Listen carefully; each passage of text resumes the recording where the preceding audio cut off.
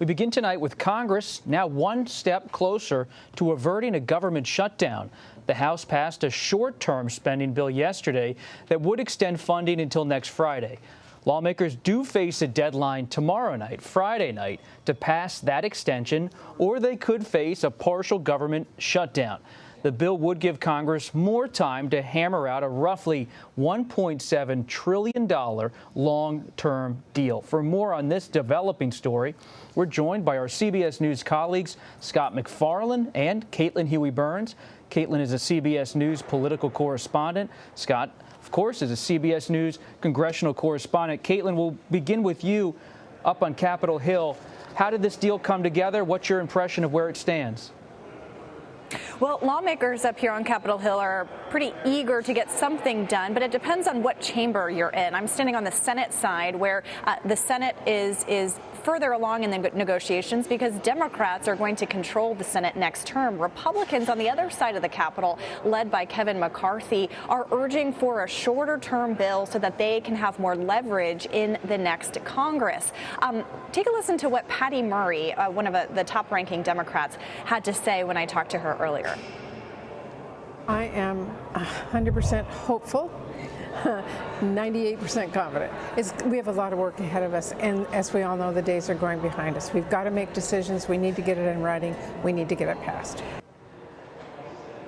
And this is kind of a preview of what you may see in the next Congress, a difference between Republicans in the House and Republicans on the Senate, just given where the majorities are. But if you look to next year, it would be very difficult for Kevin McCarthy to wrangle votes around a spending deal, even as he is pushing for that in the next Congress.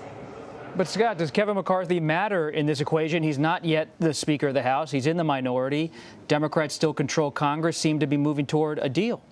It didn't even seem like Kevin McCarthy and the House Republicans were even at the negotiating table. Based on the Republicans with whom I'm speaking, they weren't part of the close-knit talks that Richard Shelby, top Republican for the Senate Appropriations Committee, that Pat Leahy, top Democrat in the Senate Appropriations Committee, and any House negotiators were on. So, left out of the talks, they've been unequivocally against this deal, saying, first of all, it could fuel the deficit, and second of all, perhaps they'd be better off taking a crack at this in January or February. Caitlin, Scott brings up a point about how it's the old bulls of the Senate, the appropriators, making this deal here in December of 2022. Is this a preview, perhaps, of how the next Congress is going to function? Narrowly divided in the House, a Democratic Senate majority, and perhaps the House Republicans are being left on the sidelines. Yeah, well, Scott brings up a good point about Shelby, and he is retiring. And so he has been kind of criticized from some Republicans on the House side for saying, you know, if you're negotiating this deal and then you're leaving, we have the majority next year, let's be part of it. But it's almost kind of a political push if you think about it, right? I mean, it's easy to say, I'm against this on the Republican House side, it's too much spending, let's do it when we're in control. But when you're actually in control, it's a lot more of a complicated process to get enough votes to get agreement when it comes to spending. So this is kind of a last chance for those, you know, those who have been here for a while who are leaving to make their mark. As Shelby has said before, you know, we have to fund the government, so let's fund it. Scott, you brought up the House Republican leader, Kevin McCarthy. What's the complaint here in terms of what's in the package from the Republicans? Well, first of all, I think the complaint is fundamentally they don't believe they were part of the talks. So they're not terribly read into what's in this deal, nor are rank and file members of the Senate, presumably. That they kicked this can down the curb a week is a type of accomplishment. It doesn't feel like a Herculean accomplishment. They still have to work this out. And really, they're going to go past the deadline Mitch McConnell seemed to set over the past few days. He had said if this goes past December 22nd, which is Wednesday, they're out of any year-long continuing resolution or omnibus bill. So if this goes to next Friday, I'm not sure where the chips fall, but House Republicans seem to be no part of this discussion. Speaking of House Republicans, our colleague Catherine Herridge spoke to one of them earlier today. Let's listen. Will Kevin McCarthy become the Speaker in January? Absolutely. He's a leader. He has proven himself, and I believe he will absolutely have the support to be Speaker, and he's going to be a great Speaker. Congressman Biggs told a radio show that he has enough quiet support that Kevin McCarthy won't be elected on the first ballot. Is the congressman a serious challenger? No. And when we go into next year, it's going to be very important that Congress function, and Kevin is that leader who's going to be making certain that Congress functions and we get our job done and that we serve the American people. Well, it's got to get to 218, and there's been a lot of discussion over the last few weeks whether he can get there. Do you see a scenario where a consensus candidate could be put forward? No, I'm very confident that Kevin will be the next speaker. Caitlin, you just heard from Congressman Mike Turner. He's talking about how Congressman McCarthy is trying to put together a coalition to win support among House Republicans, but he's also dealing with some tension with the Senate Republican leader Mitch McConnell over how to handle spending deals, how to handle the Biden White House.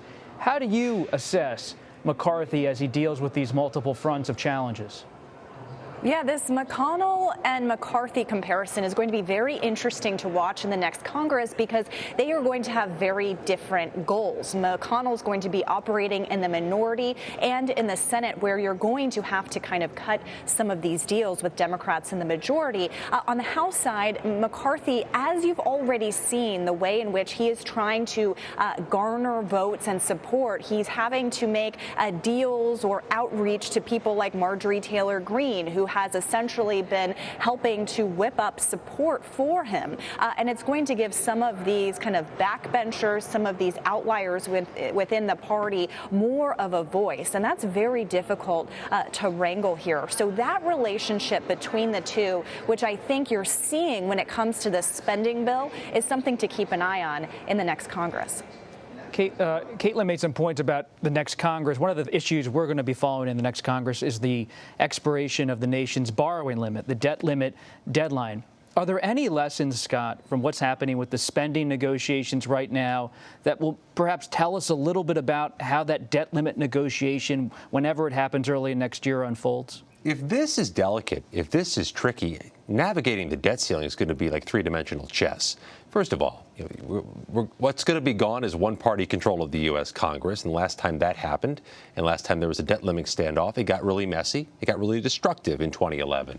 House Republicans have already indicated they're eager to negotiate and leverage the debt ceiling for concessions from Democrats.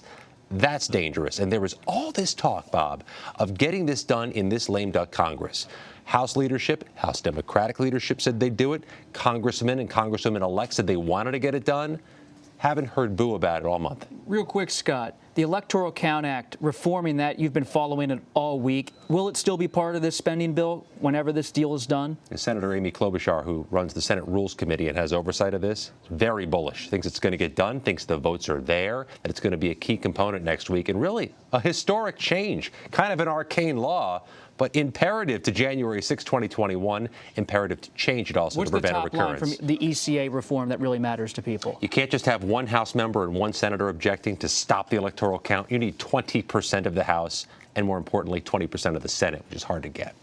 We'll leave it there. Caitlin Huey-Burns and Scott MacFarlane, thank you so much.